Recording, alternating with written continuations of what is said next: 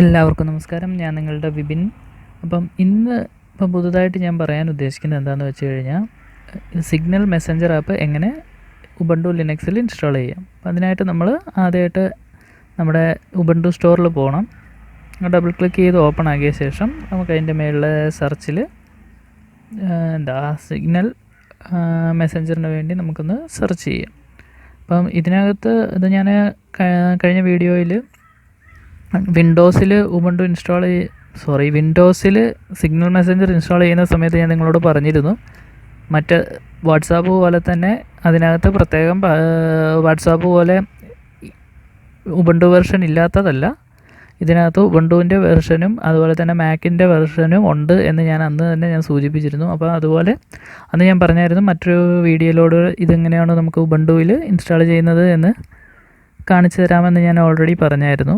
അപ്പോൾ അത് വെച്ചിട്ടാണ് നമ്മളിപ്പം ഉബുണ്ടുവിൻ്റെ ഡെസ്ക്ടോപ്പിൽ സിഗ്നൽ ആപ്പ് ഇൻസ്റ്റാൾ ചെയ്യുന്നത്. അപ്പോൾ നമ്മൾ സെർച്ച് ചെയ്തു, സിഗ്നൽ മെസ്സഞ്ചർ എന്ന് പറഞ്ഞിട്ട് വന്നിട്ടുണ്ട്. അപ്പോൾ നമുക്കത് ഇൻസ്റ്റാൾ ചെയ്യാം. അപ്പോൾ ഇനി ചെയ്യേണ്ടത് എന്താണെന്ന് വെച്ച് കഴിഞ്ഞാൽ, അതിൻ്റെ സ്ക്രീനുകളൊക്കെ കൊടുത്തിട്ടുണ്ട്, വിൻഡോസിലെ പോലെ തന്നെയാണ് വന്നിരിക്കുന്നത്. അതുപോലെ തന്നെ അതിൻ്റെ ഫീച്ചേഴ്സൊക്കെ താഴെയായിട്ട് എഴുതിയിട്ടുണ്ട്. പിന്നെ എന്താണെന്ന് വെച്ച് കഴിഞ്ഞാൽ 100 മേളിൽ MB സൈസുണ്ട്. നമ്മൾ ജസ്റ്റ് ഇൻസ്റ്റാൾ കൊടുക്കുക. അത് കഴിയുമ്പം കഴിഞ്ഞ പ്രാവശ്യത്തെ പോലെ തന്നെ പാസ്വേഡ് ചോദിക്കും. പാസ്വേഡ് കൊടുത്തു കഴിഞ്ഞാൽ ഇൻസ്റ്റാളേഷൻ പ്രോസസ്സ് സ്റ്റാർട്ട് ചെയ്യും. അപ്പം എന്താണെന്ന് വെച്ച് കഴിഞ്ഞാൽ, ഇതിൻ്റെ ഇൻസ്റ്റാളേഷൻ ഇച്ചിരി ഏറെ ഒരു സമയമെടുക്കും. കാരണം ഡയറക്റ്റ് ഇൻസ്റ്റാൾ ചെയ്ത് അങ്ങ് പോവുക. പിന്നെ പോരാ തന്നെ ഞാൻ ഇതിന് ഡെസ്ക്ടോപ്പ് ആയത് കാരണം അതിന് ഞാൻ വൈഫൈ അഡാപ്റ്റർ ഒന്നും പ്ലഗ് ചെയ്തിട്ടില്ല.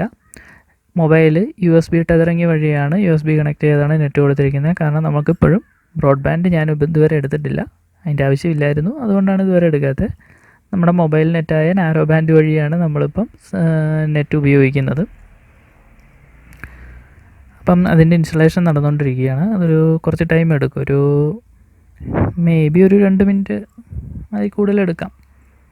എന്താണെന്ന് വെച്ചാൽ, നമ്മുടെ ആൻഡ്രോയിഡ് ആപ്പൊക്കെ ഇൻസ്റ്റാൾ ചെയ്യത്തില്ലേ, അതുപോലെ തന്നെ മാക്കിലും ഒക്കെ ഇൻസ്റ്റാൾ ചെയ്യുന്ന പോലെ തന്നെ ജസ്റ്റ് ഡൗൺലോഡ് ആൻഡ് ഇൻസ്റ്റാൾ ആണ് നടക്കുന്നത്. പിന്നെ ഉബുണ്ടുവിൽ എനിക്ക് തോന്നിയിരിക്കുന്നൊരു വ്യത്യാസം എന്താണെന്ന് വെച്ച് കഴിഞ്ഞാൽ, നമ്മളിപ്പം മൈക്രോസോഫ്റ്റിൻ്റെ സ്റ്റോറിൽ കയറി, വിൻഡോസിൽ മൈക്രോസോഫ്റ്റിൻ്റെ സ്റ്റോറിൽ കയറി ഒരു ആപ്പ് ഡൗൺലോഡ് ചെയ്യുക, അത് ഇൻസ്റ്റാളായി വരാനായിട്ട് ധാരാളം സമയം വേണ്ടി വന്നിട്ടുണ്ട്.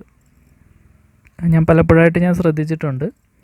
അപ്പോൾ ആ ഒരു ടൈം ലാഗ് ഇതിൽ നമുക്ക് കിട്ടുന്നില്ലെന്ന് തന്നെ വേണം പറയാനായിട്ട്. അതിലും വളരെ അധികം സ്പീഡിലാണ് നടക്കുന്നത്. അപ്പോൾ അതിൽ എത്ര സ്പീഡുള്ള നെറ്റ് വെച്ചെന്ന് പറഞ്ഞാലും അതിനകത്തൊരു ലാഗ് വരുന്നുണ്ട്.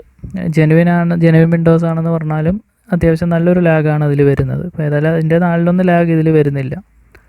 ഇത് അത്യാവശ്യം സ്പീഡിൽ തന്നെയാണ് പോകുന്നത്. പിന്നെ എന്താണെന്ന് വെച്ച് കഴിഞ്ഞാൽ, ഇതിനകത്ത് സ്റ്റാറ്റസ് കറക്റ്റായിട്ടാണ് കാണിക്കുന്നത്. ഒരു ഒരു പർപ്പിൾ കളറിലെ ലൈൻ ഇങ്ങനെ കയറി വരുന്നതില്ല, അതുപോലെ സ്റ്റാറ്റസ് ഇതിനകത്ത് കൊടുക്കുന്നുമുണ്ട്. പിന്നെ എല്ലാത്തിനും അതിൻ്റേതായ ഡ്രോബാക്കുകളുണ്ട്. അപ്പോൾ അതെല്ലാം നമ്മൾ ഓരോന്നോരോന്ന് ചെയ്ത് നോക്കുമ്പോഴാണ് അതിൻ്റെ ഡ്രോബാക്ക് എന്താണെന്ന് അറിയുന്നത്. ഇപ്പോൾ ചില കാര്യങ്ങളിൽ വിൻഡോസ് ആയിരിക്കും മികച്ച ഫീച്ചേഴ്സുകൾ നമുക്ക് പ്രൊവൈഡ് ചെയ്യുന്നത്. അതായത് ചിലപ്പം ചില കാര്യങ്ങളിൽ ലിനക്സും ആകാം. അപ്പം നമ്മൾ ഏതാണെന്നുള്ളത് നമ്മൾ കമ്പയർ ചെയ്ത് നോക്കിക്കഴിഞ്ഞാൽ നമുക്ക് കറക്റ്റ് കിട്ടത്തില്ല. അപ്പം അത് നമ്മൾ ഉപയോഗിച്ച് രണ്ടും ഒരേപോലെ ഉപയോഗിച്ചെങ്കിൽ മാത്രമേ ഇതിൽ ഏതാണ് ബെറ്റർ എന്ന് നമുക്ക് മനസ്സിലാക്കാൻ പറ്റത്തുള്ളൂ. ചില ആവശ്യങ്ങൾക്ക് ചിലത് ചില ആവശ്യങ്ങളെന്നല്ല, ഇപ്പം ഓരോരുത്തരുടെ പ്രൊഫഷൻ അനുസരിച്ചുള്ള സോഫ്റ്റ്വെയർ OS നമ്മൾ തന്നെ തിരഞ്ഞെടുക്കുന്നതായിരിക്കും ഒന്നുകൂടി ബെറ്റർ. ഇപ്പം ഞാനെന്ന് പറഞ്ഞു കഴിഞ്ഞാൽ, ഞാൻ എല്ലാത്തിനെക്കുറിച്ച് റിവ്യൂ ചെയ്യുന്നതുകൊണ്ട് എനിക്ക് ഒന്നിൽ നിൽക്കാൻ പറ്റില്ല. ഞാൻ പലതും ഉപയോഗിച്ച് നോക്കും, ഇൻസ്റ്റാൾ ചെയ്യും, പിന്നെ വീണ്ടും അത് വേണ്ട അത് കളഞ്ഞിട്ട് അടുത്ത് ഇട്ടിട്ട് നോക്കും. അപ്പോൾ അതേപോലെ ഇപ്പം നിങ്ങളുടെ പ്രൊഫഷൻ ഏതാണോ അതിനനുസരിച്ച് നിങ്ങൾക്ക് വേണ്ടിയ OS ഏതാണെന്ന് നിങ്ങളുടെ പ്രൊഫഷനിൽ നിങ്ങളുടെ ഒപ്പം വർക്ക് ചെയ്യുന്ന പലവരോടുമൊക്കെ ചോദിച്ചിട്ട് അതിന് വേണ്ടത് മാത്രം നിങ്ങൾ തിരഞ്ഞെടുത്ത് ഉപയോഗിക്കുകയാണെങ്കിൽ കുറച്ചുകൂടി ബെറ്റർ ആയിരിക്കും. കാരണം നമ്മൾ തിരഞ്ഞെടുത്ത് ഉപയോഗിച്ച് നോക്കുന്നതിൽ നല്ലത് ഉപയോഗിച്ചുകൊണ്ടിരിക്കുന്ന ഒരാൾ 1-2 പേരുടെ അഭിപ്രായം ചോദിച്ചതിന് ശേഷം നമ്മളൊരെണ്ണം എടുക്കുന്നതായിരിക്കും നല്ലത്. ഇപ്പം ഇൻസ്റ്റലേഷൻ കഴിഞ്ഞിട്ടുണ്ട്. അപ്പം നമുക്കൊന്ന് നോക്കാം. സിഗ്നൽ നമുക്ക് കാണിക്കുന്നുണ്ട്. സിംഗിൾ ക്ലിക്കിൽ ഇതുവരെ ഓപ്പണായി വന്നില്ല. നമുക്ക് ഒന്നുകൂടെ ഒന്ന് ഡബിൾ ക്ലിക്ക് ചെയ്ത് നോക്കാം. വീണ്ടും ഒന്നുകൂടെ ആപ്സിൽ പോയി ഓൾ ആപ്സിൽ നിന്ന് സിഗ്നലിൽ ഡബിൾ ക്ലിക്ക് ചെയ്തു. ഏതായാലും നല്ല പെട്ടെന്ന് തന്നെയാണ് അത് ഓപ്പണായി വന്നേക്കുന്നത്. വലിയ ഡിലേ ഒന്നും വന്നില്ല. ഇപ്പം നമ്മുടെ QR കോഡ് കാണിച്ചിട്ടുണ്ട്. പിന്നെ നമുക്കിത് മൊബൈൽ ഉപയോഗിച്ച് സ്കാൻ ചെയ്യാം. ഇപ്പം നമുക്ക് മൊബൈലിൽ ആപ്സിനകത്ത് കയറി സിഗ്നൽ മെസ്സഞ്ചർ ഓപ്പൺ ആക്കാം. അതിൻ്റെ നേരത്തെ പോലെ തന്നെ വലതു ഭാഗത്ത് മേളിലുള്ള ഡോട്ട്സിനകത്ത് സെറ്റിങ്സിൽ പോയി സെറ്റിങ്സിനകത്ത് നിന്ന് ലിങ്ക്ഡ് ഡിവൈസ് എടുക്കുക. എന്താണോ നെറ്റ്വർക്ക് വരുന്നത് നമുക്ക് ട്രൈ അഗെയിൻ കൊടുക്കാം. ഒന്ന് ലോഡായി വരട്ടെ. അപ്പോൾ ലിങ്ക് ചെയ്തിരിക്കുന്ന ഡിവൈസ് കാണിച്ച് അതിനകത്ത് ആഡ് ബട്ടൺ പ്രസ് ചെയ്തു. വീണ്ടും QR കോഡ് വന്നു. അപ്പം QR കോഡ് സ്കാൻ ചെയ്ത് നമ്മൾ ലിങ്ക് ഡിവൈസ് കൊടുത്തു. അപ്പം നമ്മുടെ മൊബൈലിലെ പ്രൊസീജിയർ ക്ലിയർ ആയിട്ടുണ്ട്. ഇനി വീണ്ടും നമുക്ക് ഡെസ്ക്ടോപ്പിലേക്ക് വരാം. അപ്പം QR കോഡ് സ്കാൻ ചെയ്തതിന് ശേഷം വന്നിരിക്കുന്ന സ്ക്രീനാണ്. നമുക്കതൊന്ന് ടിക്ക് ചെയ്ത് ലിങ്ക് കൊടുത്തിട്ടുണ്ട്. ഒന്ന് സിങ്ക്രണൈസ് ആയി വരാനായിട്ടൊരു 2-3 മിനിറ്റ് ടൈം എടുക്കും. വിൻഡോസിൽ ഇതുപോലെ തന്നെ കുറച്ചേറെ സമയം എടുത്തായിരുന്നു. അപ്പോൾ ഞാനത് ആദ്യമായിട്ട് ചെയ്യുന്നത് കൊണ്ട് നിങ്ങളുടെ ഒപ്പം തന്നെയാണ് ആ വീഡിയോയിലൂടെ തന്നെയാണ് ഞാൻ ഫസ്റ്റ് ടൈമായിട്ട് വിൻഡോസിൽ ഇൻസ്റ്റാൾ ചെയ്തത്. അപ്പം ഇതിനകത്ത് അങ്ങനെയല്ല. ഇപ്പോൾ ഇതിനകത്ത് എന്ന് പറയുമ്പോഴത്തേക്കും എനിക്ക് ഓൾറെഡി ഒരു എക്സ്പീരിയൻസ് ഉണ്ട്. വിൻഡോസിൽ ഇൻസ്റ്റാൾ ചെയ്തതിൻ്റെ ആ ഒരു എക്സ്പീരിയൻസിൻ്റെ ബേസിലാണ് അപ്പം ഇതിനകത്ത് ഞാൻ ഇൻസ്റ്റാൾ ചെയ്യുന്നത്.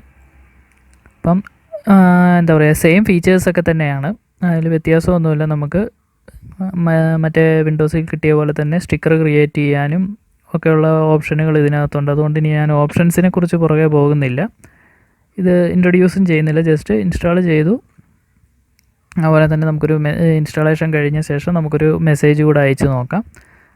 അതുപോലെ ബാക്കി ഈ സിഗ്നൽ മെസ്സഞ്ചറിലെ രണ്ടിൻ്റെ ഓപ്ഷൻസും സെയിം തന്നെയാണ്. അതിനകത്ത് എന്തൊക്കെ ഫീച്ചേഴ്സാണോ ഇവർ പ്രൊവൈഡ് ചെയ്യുന്നത് അതേ സെയിം ഫീച്ചേഴ്സ് തന്നെ ഉബുണ്ടു ലിനക്സ് വെർഷനിലും പ്രൊവൈഡ് ചെയ്തിട്ടുണ്ട്. ഇനിയിപ്പോൾ നിങ്ങൾക്ക് ആ വീഡിയോ കാണാത്തവരാണെന്നുണ്ടെങ്കിൽ ഞാൻ അതിൻ്റെ ലിങ്ക് കൂടെ നമ്മുടെ ഡിസ്ക്രിപ്ഷൻ ബോക്സിനകത്ത് ഞാൻ ആഡ് ചെയ്തേക്കാം.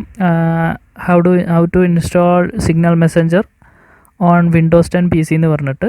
അപ്പോൾ അതിനകത്ത് നോക്കിക്കഴിഞ്ഞാൽ നിങ്ങൾക്ക് മനസ്സിലാവും ഇതിനകത്ത് എന്തൊക്കെ ഫീച്ചേഴ്സ് ഉണ്ട്. അതുപോലെ തന്നെ സ്റ്റിക്കർ ക്രിയേറ്റ് ചെയ്യുന്നത് എങ്ങനെയാണെന്നുള്ളതും അതിനകത്തുള്ള വീഡിയോ ഞാൻ ഇട്ടേക്കാം. അപ്പോൾ നമ്മുടെ ഇൻസ്റ്റാളേഷൻ കഴിഞ്ഞു. ഇനിയിപ്പോൾ നമുക്കൊരു ഫസ്റ്റ് മെസ്സേജ് ഒന്ന് അയച്ചു നോക്കാം. സെയിം ഇൻ്റർഫേസ് തന്നെയാണ് വരുന്നത്, വ്യത്യാസമൊന്നുമില്ല. ഞാനൊരു മെസ്സേജ് സെൻഡ് ചെയ്തിട്ടുണ്ട്. പുള്ളി അതിൻ്റെ റിപ്ലൈ തരുമോ എന്നൊന്ന് നോക്കാം. ഓക്കെ, ഇപ്പം നമുക്ക് വെയിറ്റ് ചെയ്യാം. പുള്ളി കണ്ടിട്ടുണ്ട്, ചിലപ്പോൾ ഒരു റിപ്ലൈ വരാൻ സാധ്യതയുണ്ട്. അപ്പം നമ്മൾ ഇന്നത്തെ ദിവസം നമ്മൾ ആ സിഗ്നൽ പുള്ളിയുടെ റിപ്ലൈ വന്നിട്ടുണ്ട്. സിഗ്നൽ മെസ്സഞ്ചർ നമ്മൾ ഇൻസ്റ്റാൾ ചെയ്യാനായിട്ടുള്ളത് പഠിച്ചു. അതുപോലെ തന്നെ അത് യൂസ് ചെയ്തും പഠിച്ചു. ഇനി ഇതിനകത്തുള്ള ഫീച്ചേഴ്സ് അറിയാനായിട്ട് ഞാൻ ഇതിനു മുമ്പ് ചെയ്തിട്ടുള്ള വിൻഡോസിലുള്ള ഇൻസ്റ്റാളേഷൻ്റെ വീഡിയോയുടെ ലിങ്കുകൾ ഡിസ്ക്രിപ്ഷൻ ബോക്സിലേക്ക് ഇട്ട് തരാം. അപ്പോൾ ഇന്നത്തേക്ക് ഇത്രമാത്രം. പുതിയൊരു വീഡിയോ ആയിട്ട് അടുത്ത ആഴ്ച വരുന്നവരേക്കും ബൈ, ടേക്ക് കെയർ. അപ്പം ഇന്ന് February 14 എൻ്റെ ഈ വീഡിയോ ഇന്നത്തെ ദിവസം കാണുന്ന എല്ലാവർക്കും എൻ്റെ വക ഒരു happy Valentine's day. Bye, take care.